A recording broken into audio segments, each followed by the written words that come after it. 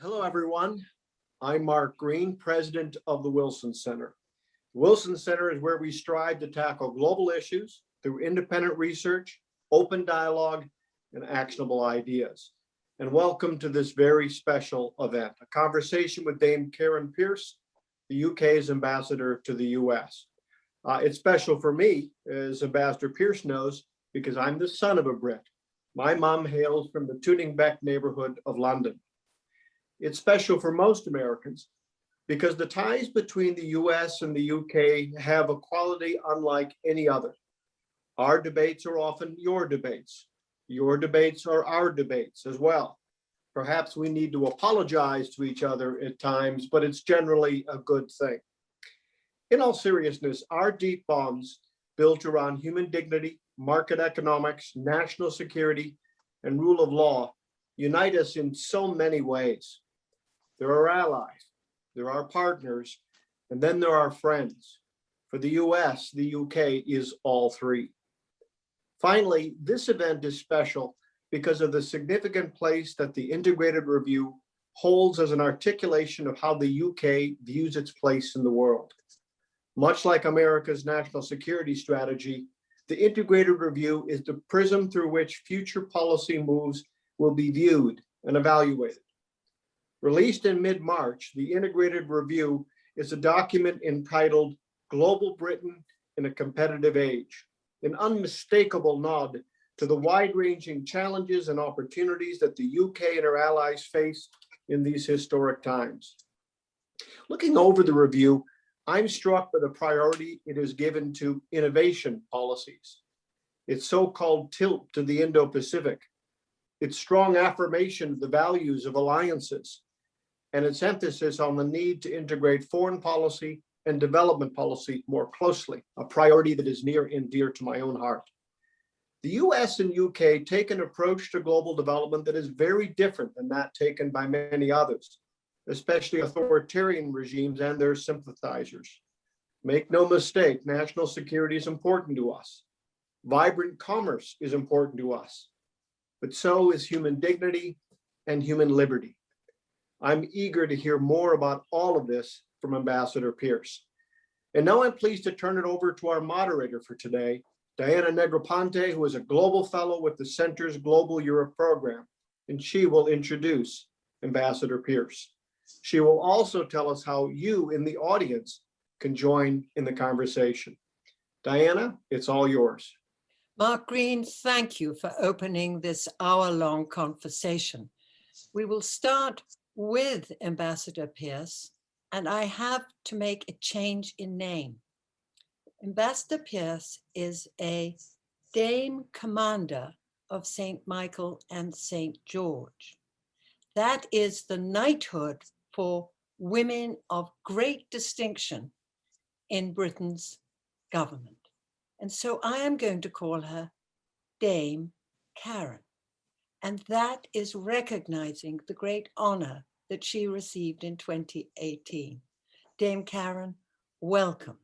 Now a little bit about your background.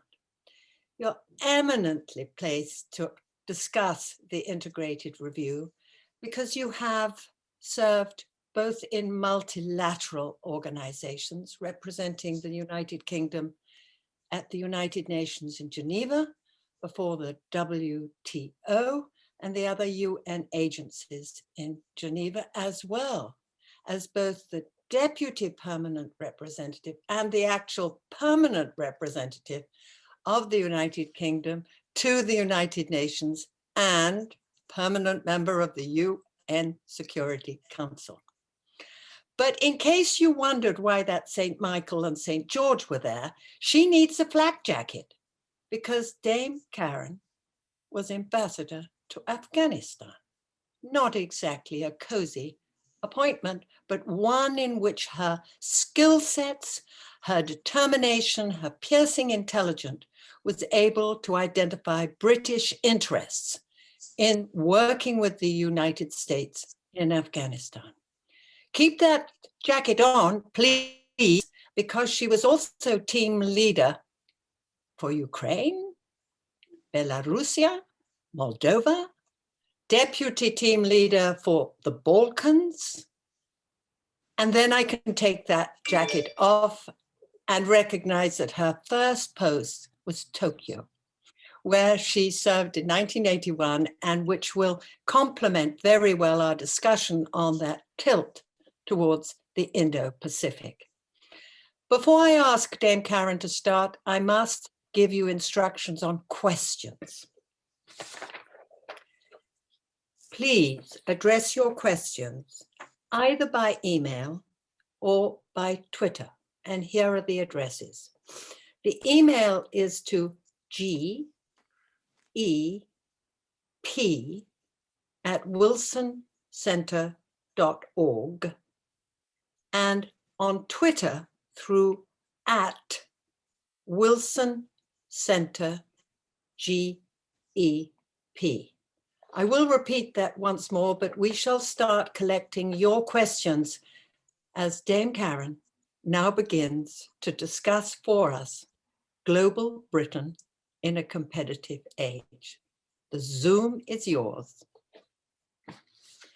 Well, thank you very much, Diana, for that incredibly kind and generous introduction. And thank you also to Mark for citing the discussion so well and reflecting on the deep, profound and successful US-UK relationship. And I'd just like to go back to what Mark was saying about open societies and open markets, and recall a quote from Alexander Hamilton, that we think in English. And I think to think in English means quintessentially to put freedom right at the heart of everything we do, whether it's to do with rule of law, freedom of speech, or whether it's to do with free trade. And it's a real honor to be here with the Wilson Center, which is such a premier institution. And I'd like to thank particularly the Global Europe Programme and the Asia Programme for their work with us in setting this up. So thank you. The integrated review, I think Mark gave a very good synopsis of what it's about. It was launched by Boris Johnson in mid-March. It was designed to address the question of what do we need to do as Britain to adapt to a more competitive, more unpredictable, and to be absolutely frank, nastier age in the 21st century than we had ever expected when the Cold War came to an end. But it's also designed to look to the future, and again, as Mark said, to put a huge emphasis on science and technology. I do think we stand on the threshold of a transformation in technology, possibly akin to the transformation that we saw with nuclear energy and power in the 1950s. And in my view, it requires a whole of government response to the challenges that brings across the board. And I think particularly, I'd like to argue that it means we can answer at last Dean Acheson's question. You know, Britain has lost an empire, not yet found a role. And he was even ruder if you actually read his whole speech. He kind of thought an independent Britain had run its course. And I think I would explain that the integrated review shows that an independent Britain is back with a real aspiration to be an active independent force for good on the world stage, round the world. And I'd highlight two particular things. One is we want to champion open societies and open markets. And we want to partner with countries round the world, not just who share our values, because some countries come at these issues with different perspectives, but we want to partner with countries that are willing to step forward and help resolve some of the world's key challenges, whether they're in security, whether they're in trade, whether they're in climate, whether they're in health or whatever. And we want to be able to build those agile alliances so that we can put our shoulder to the wheel and actually try and make a difference.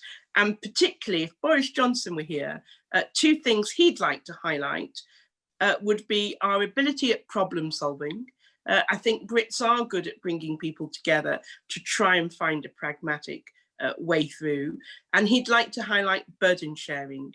And in that respect, he would also explain that if we want open societies to flourish, we need America back on the world stage and leading. And this is something that President Biden and Secretary Blinken have set out incredibly clearly. And we are delighted to be able to work with them, particularly as we host the G7 and COP26 this year, but also to burden share, to take a share of the problems and try and help resolve them. And that, I think, is going to be incredibly important because we do not want to cede the 21st century to authoritarianism, as President Biden has said.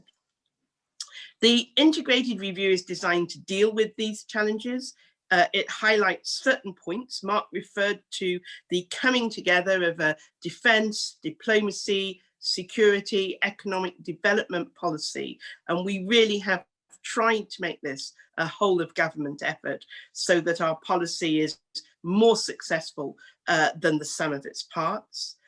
We want to be a leading member in NATO. A lot of our defense increase in the budget, the $20 billion increase that we got, will go on modernizing various aspects of warfighting, particularly in cyber, AI, quantum and space. But we want to stay the leading European member in NATO, and that reflects the priority we put on the Euro-Atlantic and the threat from Russia, however and whatever form that takes. But as Diana and Mark also said, recognizing the rise of China, the importance of India, the critical importance to security and prosperity of the Indo-Pacific region. Speaking for the UK, something like 17% of our global trade goes through that region. And I think the waterways themselves account for something like 70% of global trade overall. We want to play a role in bringing prosperity to that region, but also helping embed security. And for that reason, we are shifting some of our resources. We have just applied for membership, observer membership of ASEAN, which so far has been well received. We have applied to join CTPTT, and we are sending our carrier strike group with American forces deployed into the Indo-Pacific area to demonstrate our confidence on the world stage, but also show the hand of partnership to the countries around there. The other big issue in the integrated review is science and technology. We have a real ambition to be a science and technology superpower. And I don't make an apology for saying superpower because, you know, we already have a very good innovation base in the UK. The Prime Minister would recognise that we need to put more effort into manufacturing. We need to put more effort into realising that ambition. And we also need to recognise that the landscape is changing. You know, particularly this is relevant to the strategic competition with China. It is a competition that we want to make sure we win, not because we want to be confrontational, as indeed does the American administration is not into that either. We want to do it because if the new world order that's starting to emerge out of all the challenges, if that doesn't uphold open societies and open markets and transparent norms and standards, then the world and individual countries will be poorer, both literally and metaphorically. So that's a very important part of this, but we hold out, as I say, the hand of partnership to people who want to work with us and share those goals. We want to establish the UK as a global services, digital and data hub, and we want to increase economic-wide investment in R&D to nearly 2.5% by 2027. So these are good ambitions for us to have, and we're already making a start on cybersecurity. On the open international order, again, this is of great importance to many countries, including the Biden administration. We recognise that the international system was built on 1945. It has been supported by a very generous guarantee, implicit guarantee from America of security and prosperity, but things are changing, and we need to be ready to keep these big international institutions modernized. We need to reform their governance. We need to ensure that like-minded countries who share the goal of open societies can find a place in them. And above all, our top international priority for the coming year is, of course, climate. Climate in all its forms, tackling climate change, whether it's through renewables, low emissions, tackling climate finance, helping developing countries adapt and be more resilient. And along with Italy, we will host COP26 in Glasgow in November. So the last thing I'll say, if I may, is that the integrated review sets out very clearly that the United States remains our most important strategic ally and partner. I had the pleasure of visiting West Point recently, and I asked one of the young cadets what he thought of Britain. He thought that was a very stupid question, and he kind of showed that in his answer. He said, well, Ambassador, it's obvious. The UK is our ally number one. And I think keeping America as ally number one, keeping Britain as America's ally number one, shared endeavors in war and peace is fundamentally what the bedrock of the relationship is about, and the integrated review is designed to take us to the next level. So thank you very much for giving me an opportunity to set that out, and looking forward to questions. Dame Karen, thank you. Before we start with the questions, I do have to advise those who wish to put questions again that please send an email to gep@wilsoncenter.org or on Twitter tag @WilsonCenterGEP.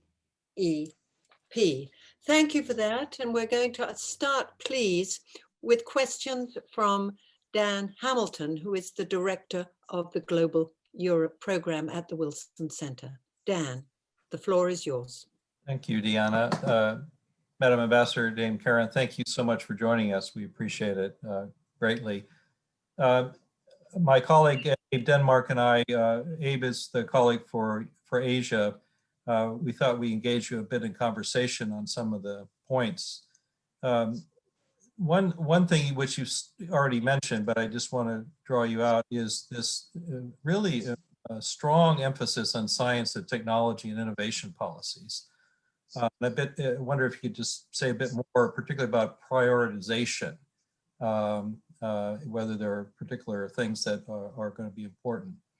The thing that's not mentioned, though, much in the report, if I may, sort of brief mention, is the UK's relationship to the European Union. Now, since the UK just left the EU, of course, and I understand some of the dynamics going on at the moment, but given rather intense interactions between those two parties, it was striking to me how little was actually said about this, and that the agreements related to Brexit really didn't address the foreign policy dimension so clearly. I know the UK is working closely with EU partners who are also, most of them, NATO allies. But I just wonder, especially on the foreign policy dimension or economic development, certainly, there must be more to it. And I just wonder if you might say a word. And my last question would be, you mentioned it briefly, the importance of cyber power, as is talked about in the review, and the need for resilience, resilient societies to counter, disruptive influences that we're seeing. You mentioned the UK trying to be, wanting to stay, most important European ally in NATO. NATO is likely to start a strategic concept review at the NATO summit in June, which is its guiding document. And I wonder, given the stress here that you put on cyber and the issue of resilience, whether we shouldn't make resilience actually a core task for NATO. It seems to me none of the other tasks that NATO does that really address that Maybe it's time to, step that up and really put it front and center. So some questions, some comment. Thank you. Great. Well, look, thanks very much indeed, Dan. Those are great questions and really interesting areas. So I'll try also and be a bit philosophical about it, if I may, rather than just give you loads of figures. We can always send the figures through if people are interested. I think Boris Johnson has long wanted to put a big emphasis on science and technology. And if you think that the UK has more Nobel Prizes than most other countries, bar the United States, there's a very long tradition there. And for the last few years, we've been trying to maximize that tradition, put a lot more effort into life sciences in particular, where we work incredibly closely with American researchers and scientists on joint projects and sharing information. But we have tried to move into that space, and we have recently developed the Genome Project, which is, I think, the premier institution in the world for looking at how the COVID virus is evolving into variants and tracking those. So that's one immediate use and result. We know that we need to translate that into getting better funding for emerging technologies, so that emerging technologies want to stay and grow in Britain. We need to look at our legislation around critical national infrastructure and what needs to be done to protect core security interests while enabling a free commercial flow. And we need to look at our manufacturing capability, which is one issue we ran into with the vaccines that we are now addressing. And we want to, in the case of emerging technology, particularly AI and quantum, we really want to get ahead of the curve and make sure that the sort of market failure we saw with Huawei doesn't happen again. But it's more than that. That's a very transactional point. It's more than that. It's about really trying to harness and exploit and identify all these opportunities caused by emerging technology, because as I say, it's going to be transformative, and we want to get ahead of that. And we're putting much more money into science and tech to enable us to do all these things. Something like translating from the sterling, something like $17 billion in the next 2 years, and then making sure we have an uplift of around $600 million a year for what's called our National Academies program. So those are some ways of concretizing the ambition to lead on science and tech. Turning to your question about the EU, I didn't help draft the IR, so I can't promise you as to why the EU's not in there. But I suspect it was more because with the Trade and Cooperation Agreement and with Brexit, there have been many thousand words and many forests felled in order to write about Britain's relationship with the EU. And the whole point of the integrated review was global Britain. We wanted to look beyond the relationship with the EU. Vital as that relationship is, the Prime Minister's made very clear we're not leaving Europe, and we really look on our EU neighbours as our friends and partners, and we will always be ready to come to the defence of Europe, just as we have been to date. And those are really important areas. As far as the agreement itself goes, it doesn't actually just deal with trade. It does move into areas like counterterrorism, areas like health and cyber security, and it enables us to pool information on shared challenges, for example, on climate. And at the UN, we will work with the EU, even though we're outside it, on common causes such as human rights. So there are very much areas where we come together. And in fact, my personal view is that if you take issues like China, you're going to need, obviously, the US and the EU working together, because that is the scale of both of those economies really make an impact on what happens in the Chinese economy. But you also need countries like the UK, 5th largest economy in the world, like Japan, 4th largest economy in the world, to come together and to agree a strategy, or to at least have a coherent strategy among us that then will start to have an impact. I think if one looks at cyber power, I mean, we tried to, as Britain, get ahead of this curve a couple of years ago, and we set up our National Cyber Security Centre.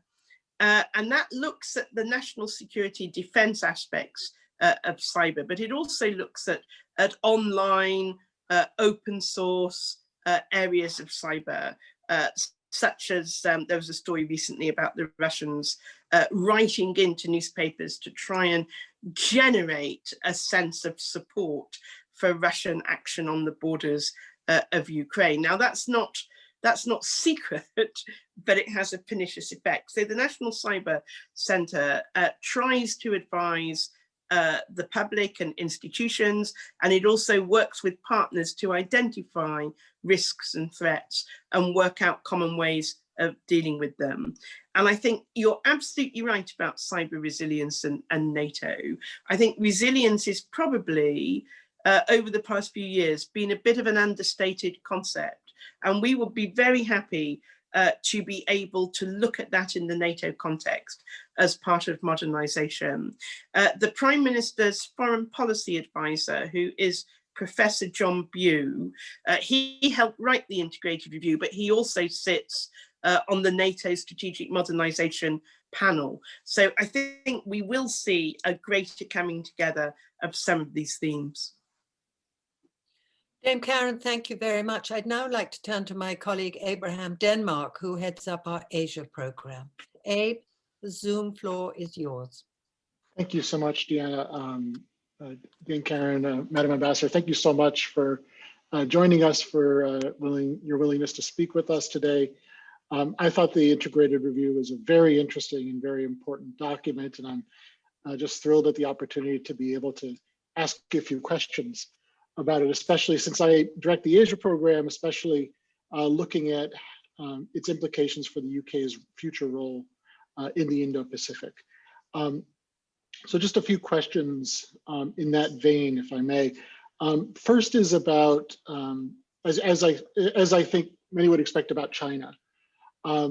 Secretary of State Blinken recently spoke at NATO headquarters, said there's no question that China threatens the collective security of NATO allies, and called for NATO to stand firm when Beijing tries to pressure an alliance member.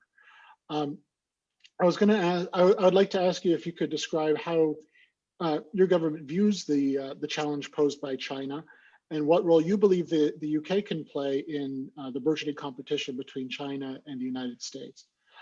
The second area I wanted to ask you about, if I may, and you mentioned this in your opening remarks, but I was hoping we could dig a little deeper, which is the UK's role. Is just announced that the UK had become an ASEAN dialogue partner. I was going to ask if you could discuss your government's expectations for its engagements with ASEAN, and how your government plans to engage potentially other regional multilateral institutions like the Quad. There's been some notes that there's been some news reports that there's consideration of joining the CPTPP trade agreement in Asia. So just curious about how your government's orienting towards these multilateral organizations. And finally, if I may, of the major security issues in Asia that we keep an eye on, probably the more intense one these days has been Taiwan, with Beijing putting increasing military, economic, and political pressure on Taiwan, the United States strengthening its unofficial relationship with Taipei. I'd be curious about the UK's view on this issue, especially in light of what's recently happened with Hong Kong, and what role you believe the UK could play when it comes to Taiwan. So I think, while I certainly welcome the tilt described in the integrated view, I think there's still a lot of questions about what that may actually look like. So hopefully we can dig into some of those details. Thank you so much. Sure. Well, thank you very much for that. I love the word tilt. It seems quintessentially English. You know, the Americans have a pivot and we have a tilt. So that's about right in the balance of things. But I agree with you. It's worth exploring. I think the China thing is obviously the issue of our times. I think what Secretary Blinken said at NATO was on the money. And there are cases, including at the UN, where when we're trying to do something on human rights, we will find that the Chinese have gone up in the capital of a key EU partner and NATO ally and threatened all sorts of things if said ally takes a particular stance at the UN. And I think countries have known for a while this behavior goes on, but I think the COVID challenge really brought that home to countries, quite how China operates and the amount of disinformation that comes out of China in that respect. And if you like, I think last year in particular saw a number of countries more willing to speak out about that. So we're at a very interesting moment in terms of how we work with China. We have an approach very similar to the United States. We will compete with China in invention. We will push back if security and our security interests are threatened, including, as you say, from what's happening in the South China Seas. But we also are ready to collaborate and cooperate on big global challenges in the multilateral system, like climate, like health, to pick two. On trade, we have a good economic relationship with China, but we do worry about IP theft. We do worry about the lack of a level playing field. We do think those things need addressing if we want to develop a proper commercial relationship. And then, of course, we also worry about the link of some Chinese firms like Huawei, their link with the Chinese state, which is obvious threat to our own national security in certain areas. But putting all of that together, we're not ideological. Prime Minister has made it really clear we admire the Chinese people.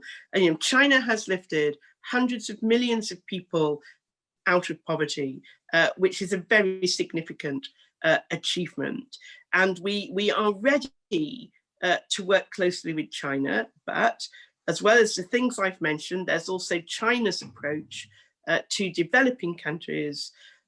We understand, you know, how powerful Belt and Road is, but it does tend to suck countries into a asymmetric relationship with China and into debt. And it's not done for the benefit of the countries themselves, it's done for the benefit of the Chinese economy.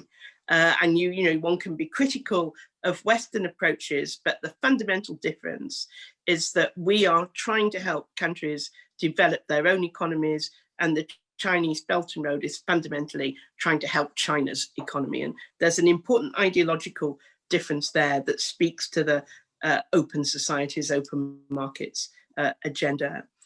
On ASEAN, this again is really interesting because it seems like the ASEAN dialogue partner status arose out of the Indo-Pacific tilt, but it's actually the other way around in a way. When Dominic Raab, our current Foreign Secretary, was first appointed, the first thing he did, to the surprise, it has to be said, of most of the Foreign Office in London, he went east to an ASEAN foreign ministers meeting, something very few British foreign secretaries had done before. And he did that because he had been thinking about and had identified the tensions in the Indo-Pacific area, the rise of China, one of the most significant developments of our time, but also the fact that Russia and China see the current state of affairs as a competition to reset the rules of international relations. And he correctly identified that for those reasons and for prosperity reasons, as I said, nearly 20% of UK trade goes through the Indo-Pacific. For those reasons, we wanted to thicken up our relationship. And now the dialogue partner status is coming to fruition. And it obviously chimes with the Indo-Pacific tilt. One of the areas we're very interested in talking to ASEAN about is Myanmar. ASEAN recently took a position on Myanmar. We might think that's not forceful enough, but it will be interesting to see if their ability to interact with Myanmar, which is a member of ASEAN, can actually start to shift the dial in the minds of the military. So we're ready to help with that, and we're ready to partner with them on that. And I used to do a lot of work with them at the UN. The trade deal, CTPTT, I can never say it. I apologize. I get caught out on this all the time. Yes, we've applied to join that. We think it's a very important part of keeping markets open and helping the global economy recover after COVID. On the multilateral regional point, I think, to be honest, the world is becoming more regionalized. Certainly at the UN, you see many more fora and conversations in the Security Council and the General Assembly around regional organizations. Partly that's because of the rise of organizations like the African Union and ASEAN that are taking on more responsibility for their region as countries in those regions get more prosperous and more secure in themselves. And I think that's wholly good, but it does mean we have to be very mindful of the regional dimension. And I think outside the European Union, what you'll see is a lot more agility in Britain's ability to interact with all these organizations, whether they're large like the African Union or whether they're small groupings of like-minded countries on particular issues like the Quad. And, you know, it's not that we're necessarily looking to formalize these, it's just that we will want to be nimble and agile and swift in how we can get initiatives going with those like-minded partners. And G7 would be another set of partners in that vein. Gentlemen, do either of you have further questions that you would like to raise with Dame Karen? I think in the interest of time, maybe if you have questions from the audience, we could turn to them. Thank you, Dan. Dame Karen, I'm going to take advantage of being the moderator to ask you a question. Sure. The integrated review is a document full of self-confidence, but it's also a document written at a time when Hong Kong is under significant pressure from the Chinese to curb all those values that you set out as critical. Based on your time as the UK representative in the UN Security Council alongside the Chinese rep, and your discussion on regional bodies, which is the best format to push back against the People's Republic of China? Oh, that's an incredibly interesting question, Diana. Thank you. And it reminds me that I didn't actually answer the Taiwan point from the last set of questions. So I'll come on to that if I may. Of course, we're very concerned about what's happened to Hong Kong. We consider it, and have said so, a breach of an international treaty. The Sino-UK declaration is lodged with the United Nations. So it is an international treaty, and the Chinese are not correct in pretending it isn't. We have offered residency and eventual citizenship in the UK for around 3 million British overseas national passport holders from Hong Kong. But you are right, it's a very worrying development.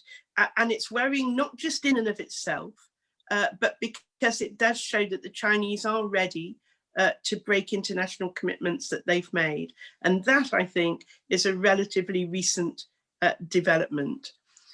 In terms of how to deal with that, I think it's important that as many countries as possible speak out to condemn what's been done in Hong Kong. The United States Congress have been extremely helpful in this regard. Some of our European partners likewise, but it's also important that China hears from her own region, from the Asian and Far East region, and that does make an impact.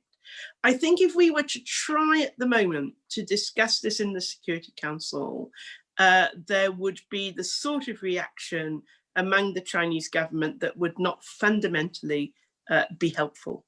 And it would probably make tensions harder, and it might have consequences elsewhere. So I think at the moment, it's not our intention to pursue the Hong Kong issue by raising it in the Security Council, but I wouldn't like to rule anything out. It is important that all those UN values and standards that are in the Charter about human rights, about free speech, about freedom of assembly, that they're given full reign in all the UN member states, but particularly in permanent members of the Security Council, which China is, of course. On Taiwan, again, this is something we watch very carefully. I do think it was a mistake of China not to let Taiwan participate in the WHO to talk about coronavirus. The Taiwanese had a very good way of dealing with the virus and could have helped other countries. We recognize the sensitivities, but there is a way in international affairs to bring Taiwan in, because she is a member in her own right as Chinese Taipei in the WTO. So if we want to find a practical way to deal with global health issues, we can find it. But fundamentally, it is an issue that I think is going to occupy all of our attention much more in the years to come. Thank you. Abe Denmark, you have some specific questions, and I'd like to hear from you, please, and then we'll go to the audience. Sure, of course, I defer to Dan and to the rest of the audience, but first, thank you, Ambassador. Very interesting comments, very much appreciate that. And it's, as somebody who's operated in Asia for a long time, I think the UK is extremely welcome, from my point of view, to play the role that you've been describing. If I could drill down a bit into two issues that we haven't covered already. First being India. We've been seeing obviously just horrific scenes in India with the COVID disease spreading rampantly. Curious if you could describe a bit how the UK is helping. What else could be done to assist India? And the other piece I wanted to ask is about Afghanistan. The integrated review mentioned Afghanistan, I think, twice, both in terms of continuing to the continued commitment to support Afghanistan, which I think was published before the decision to begin with the withdrawal of British forces, of UK forces, alongside the withdrawal of the US. I'm curious if you could talk about the role that you believe the UK could continue to play, be it economic or diplomatic, in a post-withdrawal Afghanistan, and some of your concerns about what may happen in Afghanistan after the United States, the United Kingdom, and other allies have completed their withdrawal. Great, thank you very much. Well, I think as you say, Abe, everyone's hearts go out to India at the moment, and they seem to be doing very well under COVID, and then all of a sudden, the system seems to have become overwhelmed. So the Prime Minister and Foreign Secretary and others have been in touch with the Indian government last weekend. We have sent ventilators and PPE out to India. We're ready to do what more we can to be helpful based on the wishes of the Indian government. And I know that Prime Minister Modi was also in touch with the administration here and with others. So I think everybody is gearing up to send what they can to India at this time. The numbers in India are so large, the scale of what's going on is very difficult for them, for any one country to cope with. So hopefully collectively we will be able to make some progress there in helping the Indian people. The Indian foreign minister is actually in London today. India is one of the invited guests to the G7 summit, along with Australia, South Africa, and South Korea. And that reflects again the importance of Indo-Pacific affairs. And he's taking part virtually because a couple of members of his delegation tested positive for COVID, but it's very good to have him there. And possibly on the side, there'll be some additional discussions about COVID, and we can work out if there's more we can do. Afghanistan, I mean, as Diana said, I was the ambassador there. I watch very carefully what happens in Afghanistan.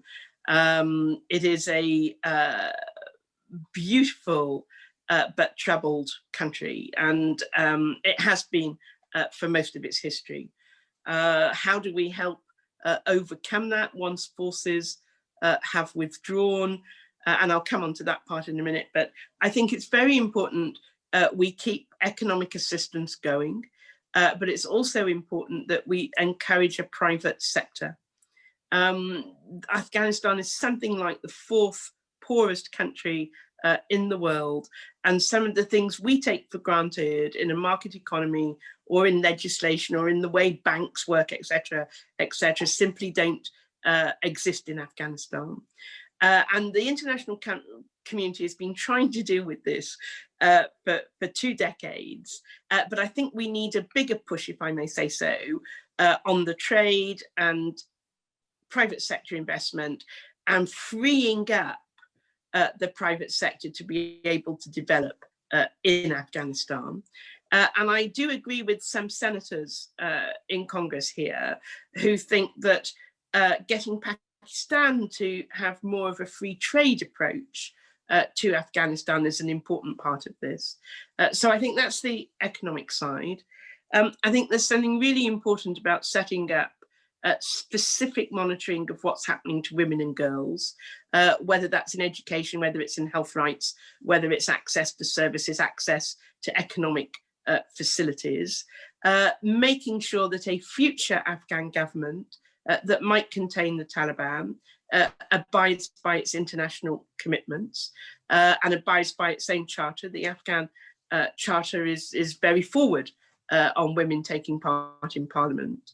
And then I think the third part of it, which I probably should have started with, is about helping make sure that the actual political process as it gets agreed has provision for all these things, and that it's not going to revert to an ideological approach like we saw when the Taliban were in government before. And in addition to all of that, we will want to keep up support to the Afghan armed forces, and we'll want to try and help develop the Afghan judicial system so that there is security and there is an independent assessment of how the constitution is being met. On armed forces, international armed forces, yes, as you say, the US will withdraw and NATO allies will withdraw with them. The Turks may stay. Turkey is looking at that at the moment. That reflects a bilateral military relationship with Afghanistan that I think astonishingly goes back to Ataturk. So it would be very good if the Turks can help with that. And I have heard talk of possibly other Islamic countries going in to help keep the peace. But I don't think those talks have actually developed into anything concrete yet, but it's an interesting idea. If we can, we would like to keep our embassy there, but that obviously depends on safety and security. So there's a big effort underway, both bilaterally and at NATO, to grind through all these issues of what it would be possible, what would enable the political process, what do we need to do to help the Afghan people. Dame Karen, the challenges ahead for both the United States and the United Kingdom in Afghanistan are huge. I'm going to take you to another challenge, which comes from Bill Drozdiak, who is a fellow global fellow of mine at the Global Europe program. And this is a shift to the threat from France. Now, this morning we read in our newspapers that the French are threatening to cut off electricity to the island of Jersey because their French fishermen want more licenses to fish in British waters. But the question from Bill Drozdiak is, France has the capacity, together with the UK, to participate in the Indo-Pacific. Should the UK, and despite Jersey, be working closer with France? And should the UK and France be included within the Quad? Right. You mean the Indo-Pacific Quad? There are lots of different quads, so we'll try and come to that. Yes. Yes. You know, I would say that the UK is America's only global, only ally that has true global reach. But you are absolutely right about French capabilities, and the French also have an ambition to do more in the Indo-Pacific. And that is absolutely something we will talk to them about. We have a bilateral agreement on security with the French called the Lancaster House Agreement. And under that, we get together and we discuss all these areas of the world, both from a political perspective and also from a defense and security perspective, and work out where we can collaborate.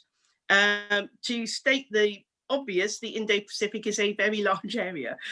So it may well be that some division of labor in keeping, you know, freedom of navigation going might be sensible, but I'd be getting ahead of myself if I pretended that those things were actually in operation. But they're interesting areas to discuss, and France will always remain a very close strategic partner of the United Kingdom, even though we do have differences on particular issues. One particular issue being fish. Just for the record, I think it's wholly disproportionate and certainly not good in human rights terms to talk about cutting off energy to an entire population, but I'm sure we will be able to resolve this particular issue. Luckily, the French foreign minister is also at Lancaster House today, so perhaps the foreign secretary can have some words with him. Indeed. The men's room Indeed. the men's room has got a particular purpose for those kind of events.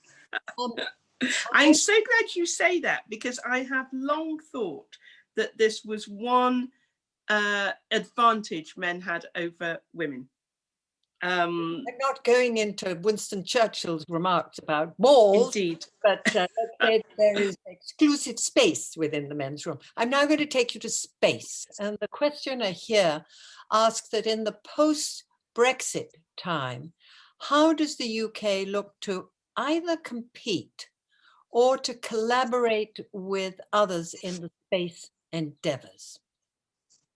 I think that's a great question, because there's no doubt that space is one of those areas that does require a lot of resources, and therefore, if we're an independent country, what proportion of resources will we want to devote to space? I think we will be collaborating, but we'll also be doing some things by ourselves. Some of our increase in defence spending is earmarked for space. My air attaché at the embassy was delighted to be given the title of space attaché. I don't think he's quite sure what he's going to do with it yet, but the point is this is an issue that's only going to grow. I think it will be a mix, to be honest. We will continue with our innovation in certain areas. We will develop our own commercial satellite capability, and have recently helped purchase OneWeb to give us that increased capability. And we will collaborate with a range of countries, including America and the European Union, on what more might be done. The G7 summit will be held in Cornwall in the UK this year, and Cornwall in Newquay is acquiring its own spaceport. So I think it absolutely is an area where we will be putting more resources, but it'll be on the basis of doing some things solo and some things with our partners. Dan Hamilton, I'd like to turn to you after a very short question that I have from one of our audience members. The short question is, there are three themes in the integrated review, namely climate, COVAC, and technology. And how does an ambassador advance these three interests simultaneously, chronologically with the US government? I don't think they're mutually exclusive. Some people in the US, you could talk to one person about all three, and sometimes you have to disaggregate and go and talk to individual experts about each one of those. They all have in common that we want to be ambitious. We're on the same page as the United States in that. We're in the same page as the United States' direction of travel. And we're also able to bring experts from capitals to talk to their US counterparts on all of those, as well as cooperate in international fora. So we can actually get quite interwoven with each other in devising what comes next and what needs to be done.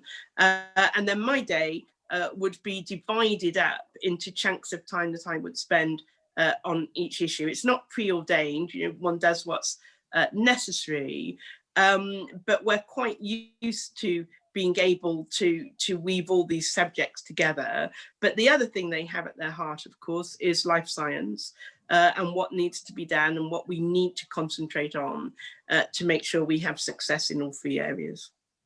Thank you. Dan, a further question. Yes, let me bring you back to war in Europe.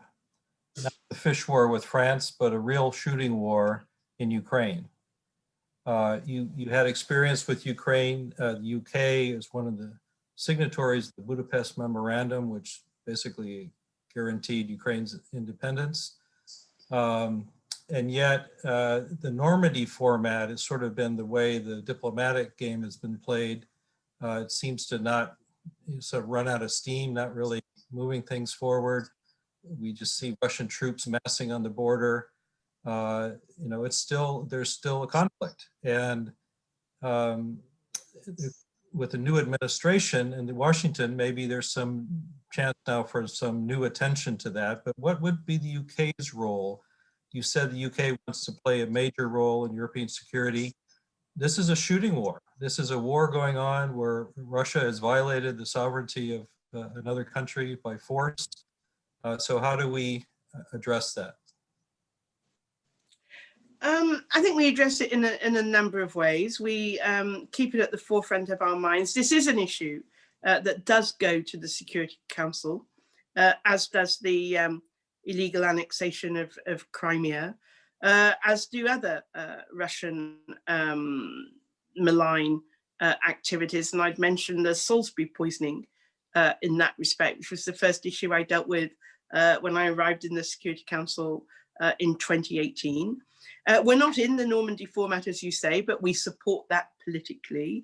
We've taken a particular role in helping economic reform in Ukraine, precisely to remove sources of discontent within certain parts of Ukraine that then might risk giving not credence, but might risk being an excuse that the Russians would be able to exploit.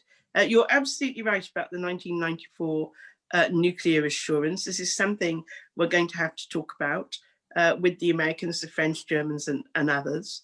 There is a NATO-Ukraine partnership, and that is one of the things that we want to keep going and show the Ukrainian government support as they try and deal with the Russian threat on their border. And it's a threat that we ourselves monitor very carefully and in fact have taken a leading role in the recent discussions, whether in the transatlantic Quad format or others, about what might be done. And some of those conversations are ongoing. G7 foreign ministers, I'm sure, will discuss it. So I won't preempt what they might say, but it is something that we take obviously incredibly seriously. Dame Karen, we have reached the time, but one person is very insistent with two excellent questions. So briefly, what is the outlook for UK defence relations with Turkey?